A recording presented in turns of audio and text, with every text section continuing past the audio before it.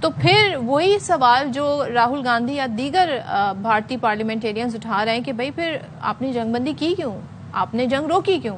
تو ذرا بتائیے گا یہ کیا رویہ ہے، کیوں اس طرح کے جھوٹ بولتے ہیں جو کہ بعد میں انہی کو گلے پڑ جاتے ہیں؟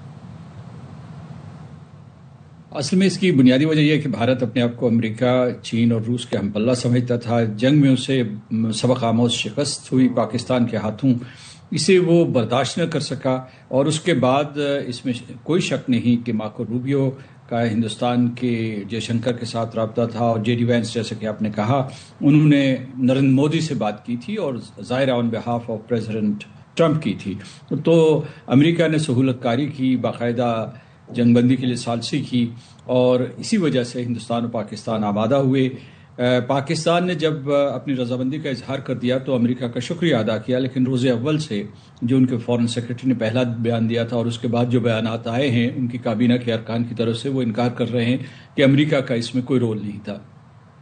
اس کی بنیادی وجہ یہ ہے کہ اگر وہ امریکہ کا، اگرچہ وہ جھوٹ بول رہے ہیں لیکن ان کی اپنی حکمت عملی یہ ہے کہ اگر وہ امریکہ کا رول تسلیم کریں گے تو کشمیر کے سلسلے میں ثالثی کے بارے میں ایک قسم کی انڈائریکٹلی اپنی کنسنٹ دے دیں گے. دوسرا یہ ہے کہ وہ سمجھتے ہیں کہ کسی قسم کی ہندوستان اور پاکستان کے معاملات میں کوئی تیسری پارٹی شامل نہیں ہو سکتی، تھرڈ پارٹی میڈیشن نہیں ہو سکتی، تھرڈ پارٹی جو ہے انٹرسیشن نہیں ہو سکتی.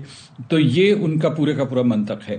لیکن آپ نے کل دیکھا ہوگا کہ جو راجناتھ سنگھ ان کے وزیر دفاع ہیں اور وزیر خارجہ، انہوں نے بہت سے جھوٹ بولے ہیں. مثال کے طور پر جو راجناتھ سنگھ ہے اس نے ہندوستان کی ناکامیوں کو اور شکست کو فتح میں تبدیل کرنے کی ناکام کوشش کی ہے لوک سبھا کے سامنے، اور کسی نے ان کی بات نہیں مانی. مطلب ہے حزب اختلاف تو دور کی بات ہے، ان کی اپنی جو حکمران جماعت ہے وہ اسے ماننے کے لیے تیار نہیں ہے.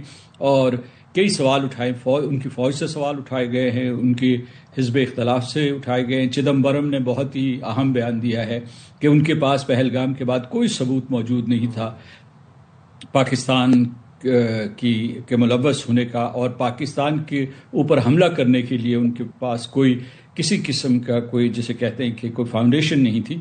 پھر بھی انہوں نے حملہ کیا تو اس نے چدمبرم نے ان کو جارح کرا دیا ہندوستان کو.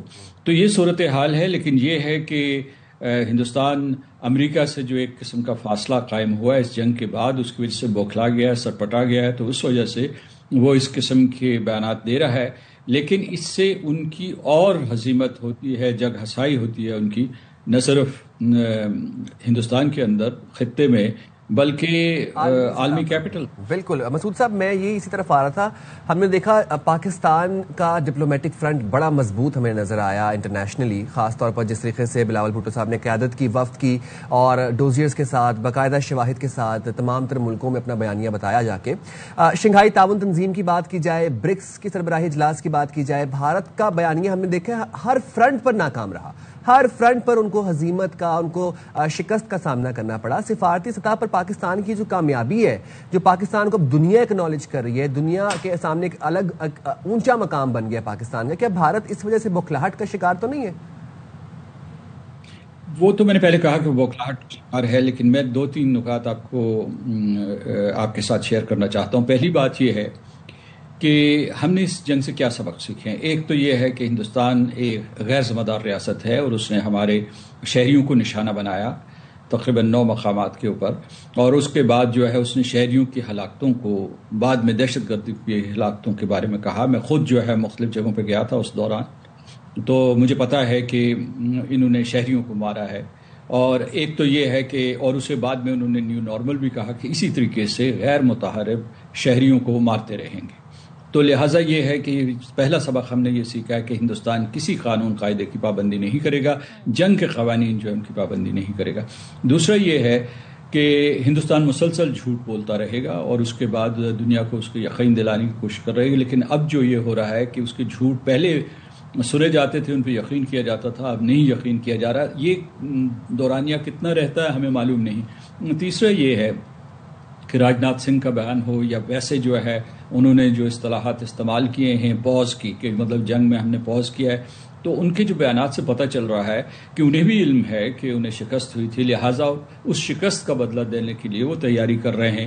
انہوں نے خاص طور سے نیوی کا ذکر کیا، ایئر کرافٹ کیریئر کا ذکر کیا، اس کے بعد انہوں نے یہ ذکر کیا کہ کس طریقے سے وہ آپریشنل تیاری کر رہے ہیں، سائبر سیکیورٹی کی تیاری کر رہے ہیں، یا اس کے ایئر ڈیفنسز کے سلسلے میں انہیں مضبوط کرنے کی کوشش کر رہے ہیں. تو اس کا مطلب یہ ہے کہ ہمیں چوکنا رہنا چاہیے اور بھارت پہ اوپر کسی قسم کا اعتبار نہیں کرنا چاہیے. آخری نقطہ یہ آتا ہے کہ کیا وہ مسئلہ کشمیر کے حل کے لیے، جو ایک کلیدی مسئلہ ہے ہندوستان اور پاکستان، اس کے لیے کسی قسم کی رضامندی کا اظہار کرے گا. ہمارے وزیر خارجہ نے یہ بیان دیا ہے کہ پاکستان دنیا کے کسی حصے میں، کسی ملک میں بھی کشمیر کے اوپر بات چیت کرنے کے لیے تیار ہے. بالکل. جو آخری نقطہ کہوں گا، ایک چھوٹا سا نقطہ ہے، وہ یہ ہے کہ یہ ہوا ہے کہ ساری دنیا نے تسلیم کیا ہے کہ جو مسئلہ کشمیر ہے وہ اہم ترین مسئلہ ہے جنوبی ایشیا میں، اور اگر اسے حل نہ کیا گیا گفت و شنید سے، سفارتکاری سے، تو یہ یہاں جنگ کا ماحول ہمیشہ رہے گا اور وہ جنگ جوہری ہو سکتی ہے. اور اس کے ساتھ یہ ہے کہ ایک مرتبہ پھر مسئلہ کشمیر بین الاقوامی ایجنڈے پہ آیا ہے. یہ صرف دو طرفہ معاملہ نہیں ہے، یہ ہندوستان کا یک طرفہ معاملہ نہیں ہے، یہ ایک بین الاقوامی معاملہ ہے. بین الاقوامی فورمز جو ہے اسے حل کر سکتے ہیں. ٹھیک ہے، تھینک یو سو مچ سردار مسعود صاحب، آپ نے بڑی امپورٹنٹ باتیں کی، اور ظاہر ہے ہم پوری طرح سے چوکنا ہے، اور یہی وجہ ہے کہ D G I S P R نے بہت پہلے پریس کانفرنس کر کے بتا دیا تھا کہ بھارت نیکسٹ سٹیپ کیا لے سکتا ہے. بھارت کا پروپیگنڈا ویسے اب کوئی بائی نہیں کرے گا، بٹ لیکن وہ ٹرائی ضرور کریں گے، کیونکہ اپنی خفت مٹانی ہے، فیس سیونگ چاہیے، تو اس کے لیے ہم بھارت سے کچھ بھی ایکسپیکٹ کر سکتے ہیں. لیکن ہم تیار ہیں، ہم چوکنے ہیں پاکستانی. آپ لوگ ویسے جشن آزادی کی تیاری کریں، 1 اگست سے ہم نے بھرپور جشن منانا ہے. چاہیے چھوٹی سی بریک پہ، حاضر ہوں گے بریک کے بعد.